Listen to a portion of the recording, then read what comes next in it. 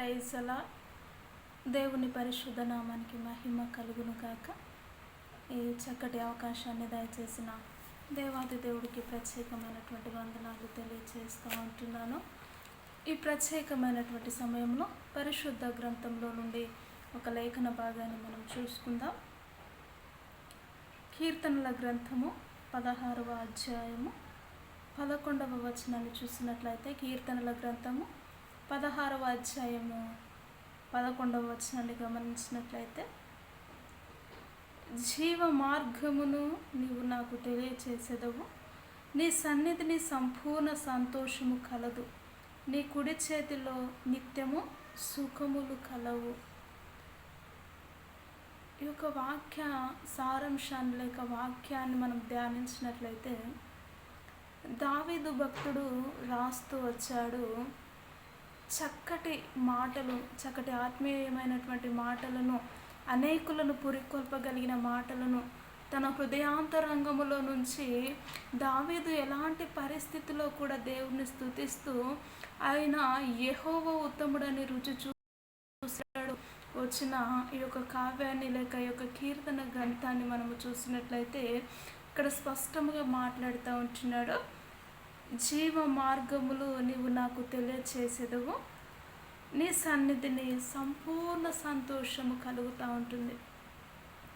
నిజముగా మనము గమనించినట్లయితే ఈ లోకంలో సంతోషము అనేది అక్కడ దొరుకుతుంది, ఇక్కడ దొరుకుతూ ఉంటుంది. త్రాగుడులో సంతోషం ఉంది, వ్యభిచారంలో సంతోషం ఉంది, లేక బట్టలు వేసుకోవడంలో సంతోషం ఉంది, లేక గృహాలు కొనడంలో సంతోషం ఉంది అని అనేకమైనటువంటి వారు అనేక చోట్లలో సంతోషాన్ని వెతుక్కోవడానికి పరుగులు తీస్తూ ఉంటారు కదా.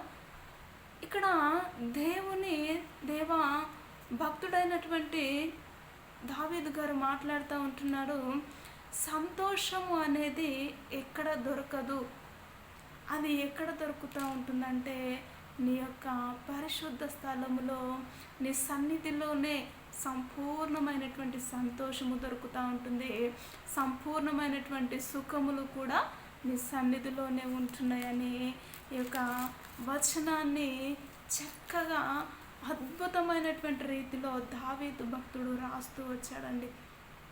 మనం గమనిస్తాం, నిజముగా అనేకమైనటువంటి వారు కూడా ప్రజలు ఎక్కడెక్కడనో సంతోషము కోసము, కొద్ది కాల సంతోషమే, ఓకే అవి సంతోషాన్ని ఇస్తాయి, కానీ కొద్ది కాలము క్షణపాటి మాత్రము సంతోషము కొరకు అనేకమైనటువంటి చోట్లకు పరుగులు తీస్తున్న ప్రజలను ఎంతోమందిని మనం చూస్తూ ఉంటాం. నిజముగా దావీదు భక్తుడే కాదండి, యెహోవాను ఎవరైతే రుచి చూస్తారో, యేసుక్రీస్తు వారు నిజమైనటువంటి దేవుడు ఎవరైతే గమనిస్తారో, నిజముగా వారిలో సంపూర్ణమైనటువంటి సంతోషము ఎక్కడ కలుగుతుందో వారు కనిపెట్టి ఉంటారు. కానీ నిజముగా సంపూర్ణమైనటువంటి సంతోషం అనేది దేవుని సన్నిధిలో మాత్రమే, దేవుని యొద్దనే దొరుకుతూ ఉంటుందండి. కాబట్టి ఆ సంతోషాన్ని పాడు చేసుకోకుండా, ఆ సుఖములు ఇచ్చే దేవుని ఎదుట మనం ప్రయాసపడకుండా, నిజముగా కొద్ది కాల సంతోషము కొరకు, అల్పకాల పాప భోగముల కొరకు పరుగులు తీస్తూ ఉంటున్నారు. నిజముగా మోషే భక్తుడు కూడా అంటాడు, హెబ్రీలో మాట్లాడుతూ వస్తూ ఉంటాడు, ఇదిగో అల్పకాల పాప భోగములు అనుభవించుట కంటే క్రీస్తు విషయమై నింద, క్రీస్తు ప్రజలతో నింద అనుభవించడము మేలు అంటున్నాడు. నిజముగా అంత ఐశ్వర్యము ఉన్నప్పటికీ కూడా మోషే దేవుని ప్రజలతో నింద అనుభవించడానికి ఆయన ఏర్పాటు చేసుకున్నాడు.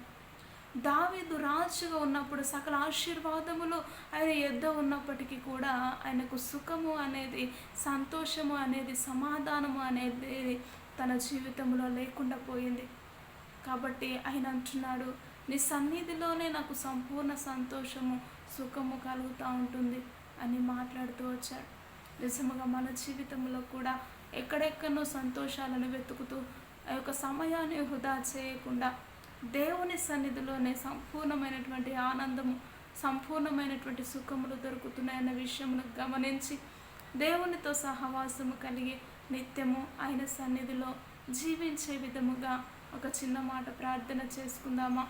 మహోన్నతుడా, జీవము కలిగిన తండ్రి, నిజముగా నీ సన్నిధిలోనే సంపూర్ణ సంతోషము ఆనందము మాకు కలుగుతూ ఉంటుంది కనుక నీ రాజ్యములో మేము స్థిరులుగా నిలబడుతూ నడవగలిగిన కృప అటు ధన్యతను మీరే మాకు మీరు దయచేస్తారని నమ్ముతూ విశ్వసిస్తూ యేసుక్రీస్తు ఉన్నతమైనటువంటి నామంలో ప్రార్థించి అడిగి వేడుకుంటున్నాము తండ్రి. Amen, amen.